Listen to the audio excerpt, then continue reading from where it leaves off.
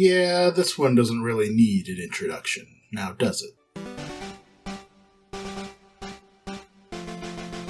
When I was a kid, I loved going on adventures. Running through the woods, hopping fences, traipsing through my neighbors' backyards. I loved exploring my environment. I didn't get that feeling from the mini-game and free battle fun of Pokemon Stadium on my N64. But the Game Boy games? Pokemon was that feeling, right there in the palm of my hand. Only with the added excitement of cool monsters coming along for the ride. Back in the late 90s, I had no idea that a new game was going to come along and change my life and my perspective on the world forever. A franchise that would take the world by storm. The year was 1998. The millennial generation has just entered the scene. Saving Private Ryan is playing in theaters, Dr. Dre signs Eminem, and President Bill Clinton did not. I, of course, didn't care about any of that at the time. I was much more interested in a new cartoon playing in the mornings before school. This was my inauguration. The art style looked somewhat similar to shows I'd seen before, vaguely reminiscent of Speed Racer and the more recent Dragon Ball Z. I didn't give it too much thought at first, until I noticed people playing a Game Boy game of the same name on the bus. Not long after that, I saw kids trading cards on the playground. Cards with the same monsters from the show. That was when I knew I had to get in on this new Pokemon thing. Clearly this was more than just a cool new show. The coolest? Pokemania was spreading across America, and I myself was afflicted. So this is my way of sharing my Pokemon journey with all of you, and hopefully hearing about yours in return. I'm Afflicted, and this is Growing Up a Gamer, Afflicted with Pokemania.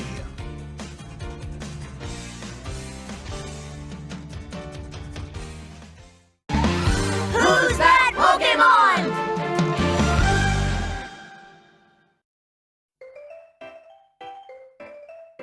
One Friday evening in 1999, I went running to my parents with a fresh report card from school. A straight A report card. I practically begged them for a Game Boy and a cartridge of the new Pokemon Yellow version. I was already a big fan of the anime, and had filled a sweet Star Wars Episode 1 binder with cards. Look, I still have the thing. It's covered in 20-year-old stickers and it fell apart years ago, but it means a lot, so here it is. But I needed the game itself if I was going to fulfill my goal of becoming a Pokemon master. So we hopped in the car and headed to the local Target and got me a brand new red Game Boy Pocket and Pokemon Yellow version. I played it in the car on the way home, I played it all night after we got home, and I hardly put the thing down for months. This game gripped something in me. Something deep and inherent. I wasn't very good at the game. Hell, I wasn't even 10 yet. I dodged battles, rarely caught new Pokemon. I didn't understand the importance of building a balanced team. I eventually made it to the Elite Four at the end of Victory Road, but I only accomplished that with a level 80 Pikachu, as it was the only Pokemon I was really using.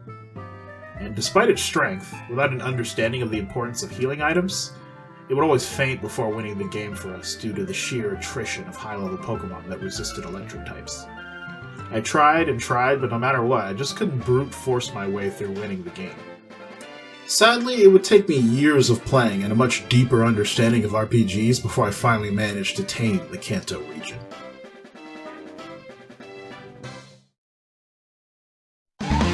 It's Spearow!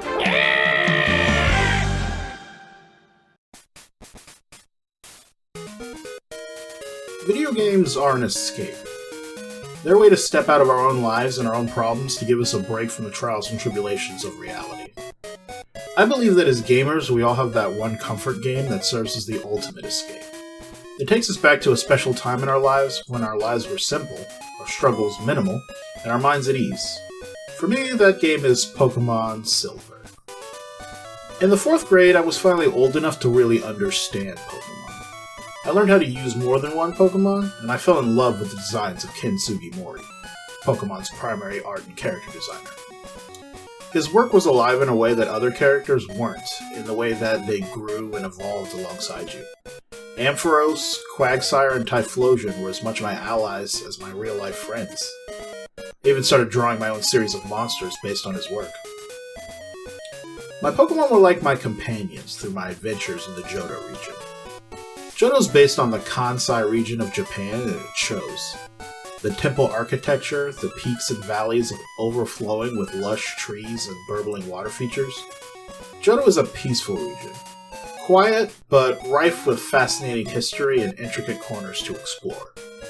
Much like my own home in the suburban American South, which, much like Japan, is also overflowing with kudzu vines. My adventures in Johto were pure, because my life was pure. Team Rocket and the Rival were no threat to those vibes. In fact, either of their theme tunes is enough to get me dancing. Just listening to the Silver and Gold soundtrack, or looking at a picture of one of the Gen 2 Pokemon takes me back to that time in my life, when things seemed so simple, and it seemed as though my little adventures would go on forever. It sure felt like they would. I mean, listen to that! Some of you may have even noticed that I took my screen name for my favorite Pokemon from this and all other generations. Afflicted. Generation 2 of Pokemon is my favorite generation, and thinking back to that feeling of starting yet another game in the land of Johto never fails to bring a smile to my lips and a fuzzy feeling in my heart.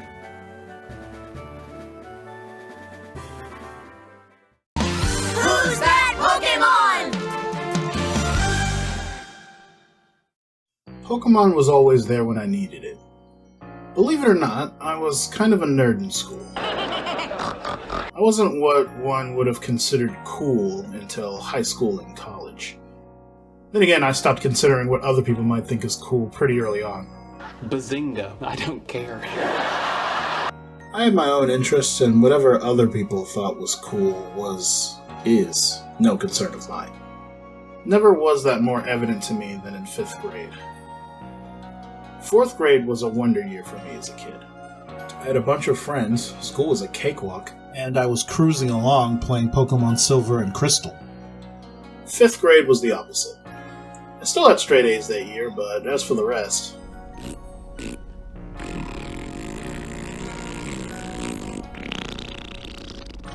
All my friends from 4th grade ended up in different classes. My best friend in my neighborhood moved away. The other started hanging around a pair of brothers who were less than nice people. My guidance counselor referred my parents to a pediatrician, and lo and behold, turns out I had ADHD. I know, who would have guessed? I didn't know it at the time, but that colored my interactions with other kids. Different! Unlike previous years, no one in my new class shared my interests. It would take some maturing before I learned how to engage others based on their interests. So, I had no idea how to approach my peers without the linking tissue of nerd culture. How was I to befriend them? Before long, I figured I'd not be making any new friends in that class. For the rest of the grade, I focused on my friends outside of school, and our shared love for our virtual friends were always there when we needed them. It's Pidgeot! Given my standard video format, this is usually where I'd give a grade to whatever game was featured in my video, but seeing as this video features the whole franchise, that's what I'm going to be grading. I'll save ratings for the individual games for later videos, so I can give each the focus that they deserve. So, story. This one is fairly hit or miss. There's a quality standard of Pokemon that always ensures that the plots are interesting at the very least. The typical formula is that you play a young kid between 10 and 15, going on an adventure to collect 8 gym badges so that you can challenge the Pokemon League and become a Pokemon Master.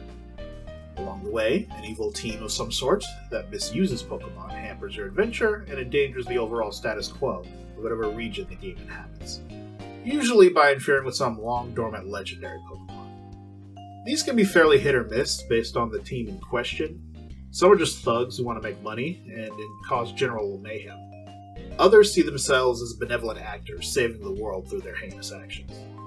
The player can safely assume these adventures will keep their attention while building a team and battling through the region. Assuming the Pokemon Company doesn't cut corners on a time crunch. Looking at you, Sword and Shield. More or less, the stories are solid. Combat is a different beast altogether. pun very much not intended. Pokemon combat complexity comes from the variety of Pokemon, their personal typings and movesets, and the myriad of different ways they can be used in tandem together. This creates a seemingly simple game of types and moves that is actually far more complex and nuanced than one may initially believe. There are in fact many layers to this combat, based on Pokemon choice and playstyle that only get more complex when one chooses to enter the competitive scene. Pokemon is a knowledge game. The more you know about what Pokemon can do, the better you can adapt to the game's many variables.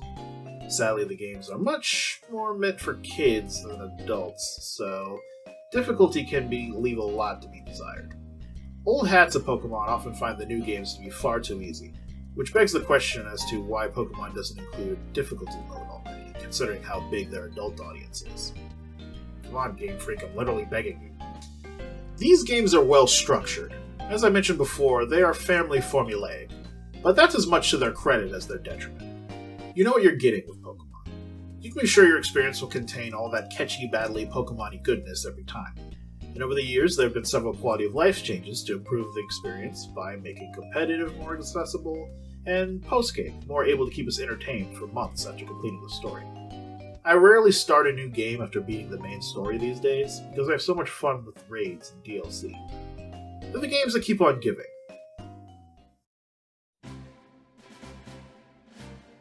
And so, where does that leave us?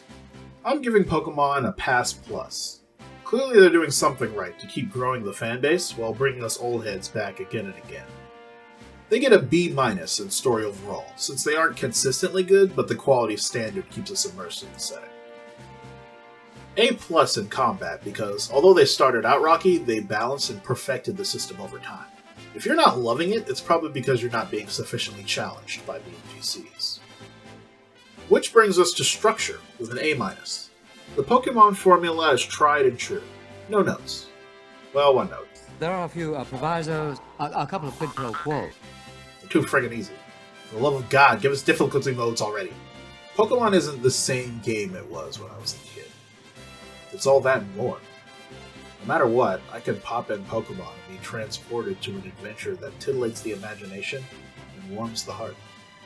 This game has meant a lot to me for a long time, because it's always been something I could rely on when my mood was down or was having a hard time. It's my comfort game, and for that reason, I'll always come back. Pokemon, I love you. Keep them coming. Thank you for watching. I'm Afflicted, and this has been Growing Up a Gamer, Afflicted with Pokemania. Please like and subscribe if you enjoyed this video, and check back next week for my next big feature.